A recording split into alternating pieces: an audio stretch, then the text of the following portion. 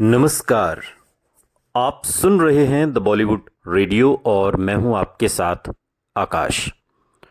दोस्तों, आज के इस पॉडकास्ट में किस्सा राजेश खन्ना और महमूद की भी बात होगी। साथ ही राजेश खन्ना की निजी ज़िंदगी पर भी चर्चा करेंगे।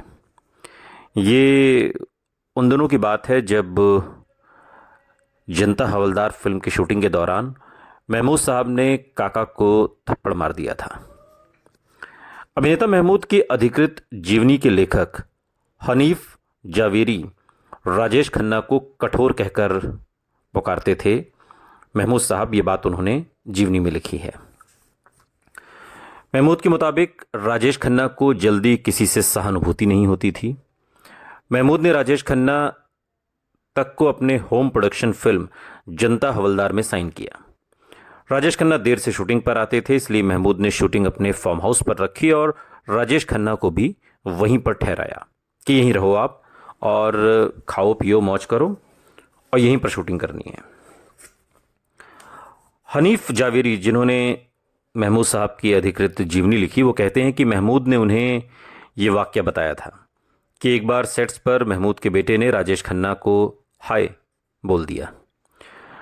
राजेश खन्ना बुरी तरह इस बात से नाराज हो गए कि इसने इस तरह हाय क्यों बोला, उनके दौड़कर पैर क्यों नहीं छुए, उनके नाम के आगे जी क्यों नहीं लगाया, तमीज़ तहजीब से बात क्यों नहीं की।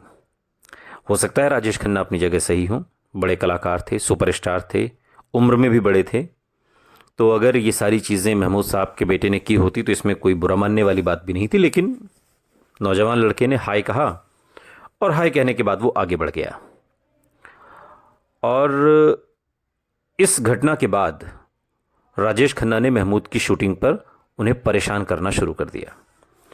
महमूद के मुताबिक कि उनको राजेश खन्ना को उठाने के लिए 10 बार जाना पड़ता था, जबकि वो वहीं फार्म हाउस में रहते थे।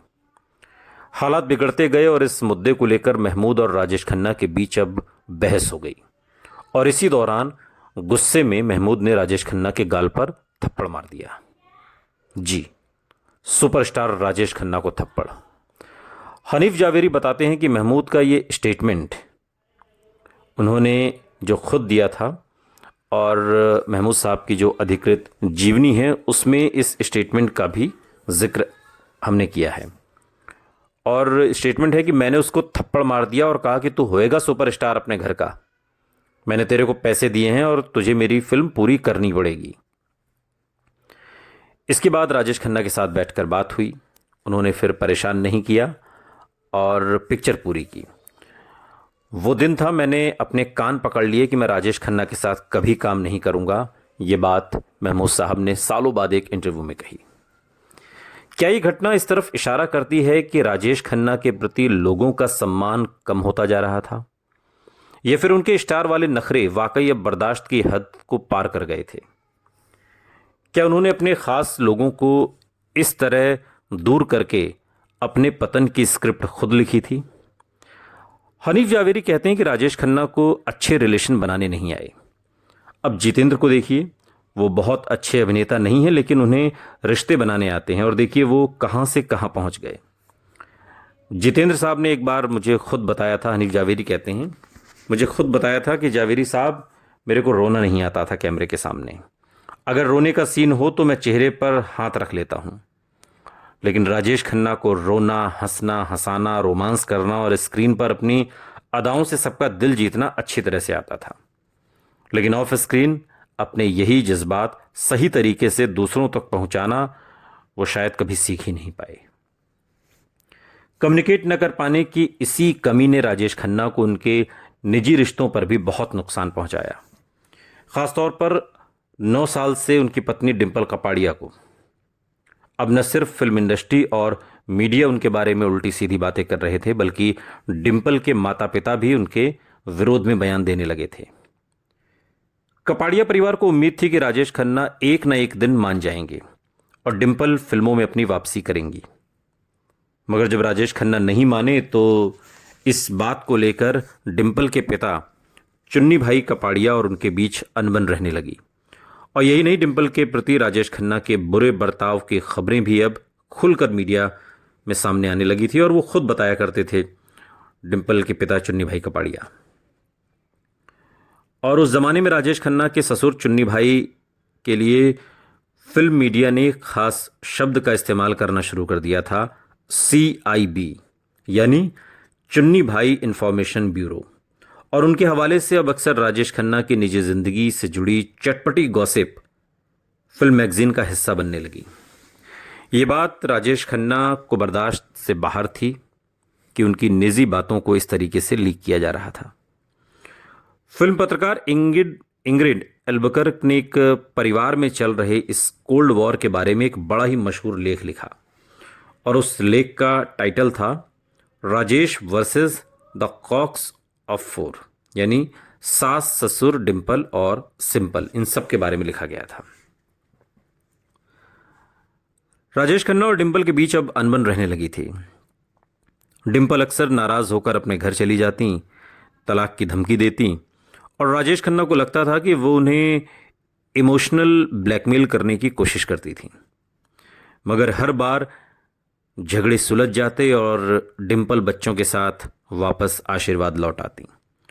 और इन झगड़ों का जिक्र करते हुए डिम्पल के पिता चुन्नी भाई कपाड़िया ने एक बार सुपर मैगजीन को दिए अपने एक इंटरव्यू में कहा था कि डिम्पल को काका के पास वापस उसका डर लेकर आता है, प्यार नहीं। मेरी बेटी में राखी की तरह अपने आप के लिए खड़े होने की हिम्मत नहीं है। ये बातें चुन्नी भाई कपाड़िया ने कही थी। इन मुद्दों पर राजेश खन्ना मीडिया के सामने हमेशा खामोशी अख्तियार करते थे। कभी उन्होंने कुछ नहीं कहा। ये बात सही है, जब डिम्पल चली गई तब भी, जब ये सारा कलेश हुआ तब भी, जब वापस आई तब भी कभी कुछ नहीं कहा मीडिया से। अपने घर की बात को वो कभी मीडिया में लेकर नहीं गए।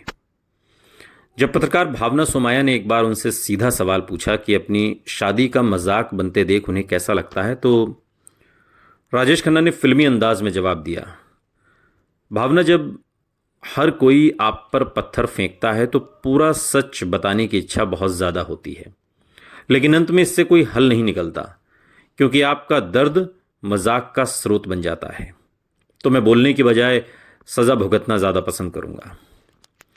राजेश खन्ना के आत्मविश्वास पर हर दिन जैसे धीरे धीरे जंग लगता जा रहा था। इंडस्ट्री में उनके बाद आए कई एक्टर्स उनकी बराबरी पर आकर खड़े हो गए थे। अकेले, चिड़चिड़े, कुंठित और हारे हुए। उनकी दिमागी हालत कुछ ऐसी ही थी। अंदर ही अंदर जल रही नाकामी की आग को हर शाम को शराब और भी ज़्यादा भड़का देती थी। शराब में धुत होकर और धुत होने के बाद भी वो हारने का गम उनके जहन से जाता नहीं था। और फिर एक रात वो वाकया हुआ जिसने राजेश खन्ना के पूरे वजूद को हिलाकर रख दिया। वो बारिश में भीगी गहरी स्याह रात थी। राजेश खन्ना के अंदर धधकती नाकामी की आग को बुझाने के लिए उस रात शराब भी काम नहीं आ रही थी, या फिर ये अकेलेपन का दर्द था जो उन्हें अंदर ही अंदर खाए जा रहा था। तो आखिर क्या हुआ था उस रात को? राजेश खन्ना ने सालों बाद मूवी मैगजीन को एक इंटरव्यू दिया और उस इंटरव्यू में उस रात के वाक्य के बारे में खुलकर बताया। और उन्होंने कहा कि सुबह के 3 बज रहे थे, मैंने बहुत ज़्यादा शराब पी ली थी। अचानक मेरे लिए सब कुछ बर्दाश्त करना बहुत मुश्किल हो गया, क्योंकि ऐसी नाकामी से मेरा सामना पहली बार हुआ था। एक के बाद एक मेरी 7 फिल्में फ्लॉप हो गई थी। सोचिए, एक के बाद एक 15 सुपर डुपर हिट फिल्में देने वाले सुपरस्टार की फिल्में अगर बैक टू बैक 7 फ्लॉप हो जाएं तो उस पर क्या बीतेगी। वो कहते हैं कि उस रात बारिश हो रही थी, गुप्त अंधेरा था और मैं अपनी टेरेस पर अकेला था। अचानक मैं जैसे अपने होश खो बैठा और चीख पड़ा, परवरदिगार, हम गरीबों का इतना सख्त इम्तिहान न ले कि हम तेरे वजूद से इनकार कर दें। ऐसे सीन तो उन्होंने अपनी फिल्मों में कई बार दिए थे। वो फिल्म थी, लेकिन ये असल जिंदगी थी। मगर उस रात असलियत का दायरा मानो धीरे धीरे मिटता गया।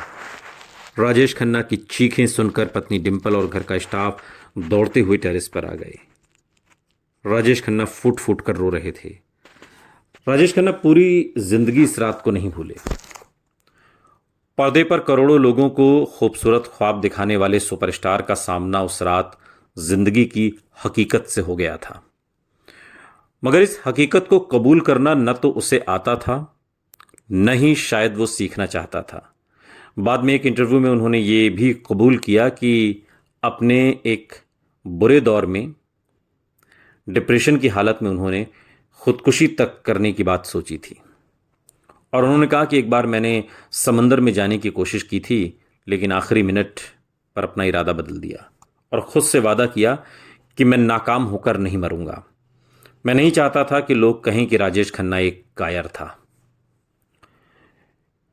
इस दौर में राजेश खन्ना अकेले, चिड़चिड़े और बेहद संवेदनशील हो चुके थे। उस दौर की बात याद करते हुए उन्होंने एक इंटरव्यू में खुद माना कि वो घंटों तक अकेले, परेशान और अपने ख्यालों में खोए रहते थे। वो अपनी नाकामी को स्वीकार नहीं कर पाए थे। अगर किसी समझदार और अनुभवी शख्स ने मुझसे बात की होती, मुझे फिल्मी दुनिया के दांव-पेच के बारे में समझाया होता, तो शायद मुझे राहत मिलती। लेकिन मेरे साथ ऐसा कुछ नहीं हुआ और एक सितारा बड़ी तेजी से नाकामी के अंधेरे में डूबता जा रहा था और ये पूरी फिल्म इंडस्ट्री उसके डूबने का मानो इंतजार कर रही थी, मजे ले रही थी, खुश हो रही थी। यही हकीकत है। सुनते रहिए द बॉलीवुड रेडियो। सुनता है सारा इंडिया।